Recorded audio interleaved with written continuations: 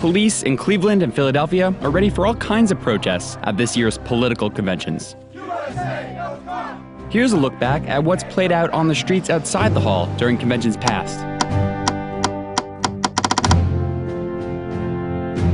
August 1964.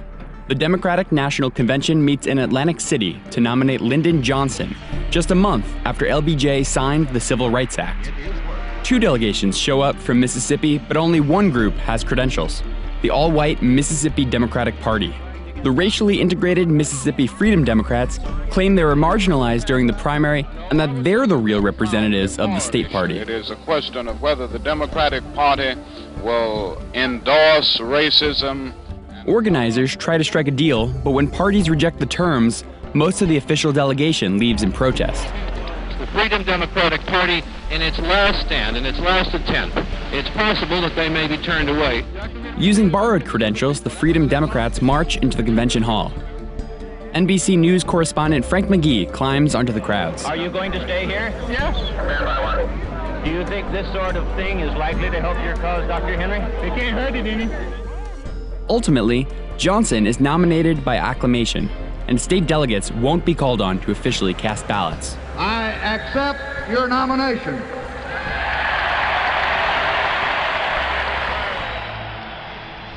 Four years later, the Democratic Party convenes in Chicago.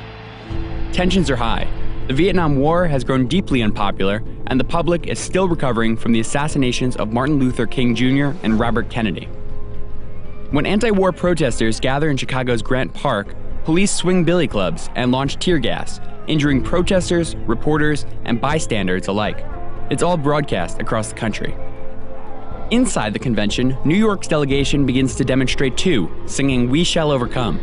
We shall overcome. They're soon joined by nearby delegates. An extraordinary demonstration of anti-war sentiment on the convention floor.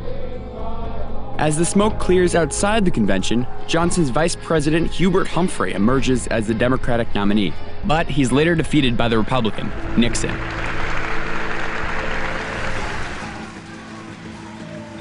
Fast forward to the 2000 Republican National Convention in Philadelphia, held just months after violent demonstrations against globalization broke out in Seattle. Demonstrators filled the Philadelphia streets, blocking traffic. We're trying to tell people enough with this authority stuff. Hell no! To avoid a repeat of Seattle, law enforcement infiltrate the ranks of demonstrators and launch a raid on a warehouse being used as a staging place by the protesters. 4 years later, protests again at the Republican National Convention.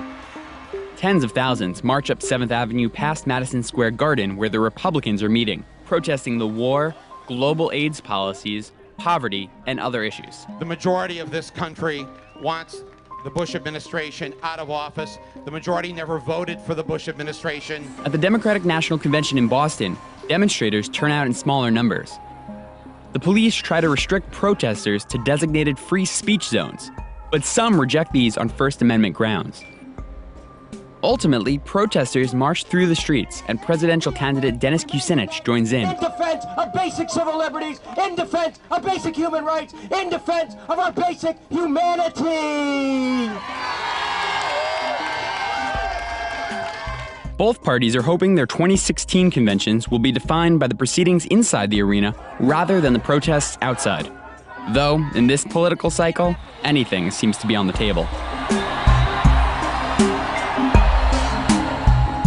Hey, NBC News fans, thanks for checking out our YouTube channel. Subscribe by clicking on that button down here and click on any of the videos over here to watch the latest interviews, show highlights, and digital exclusives.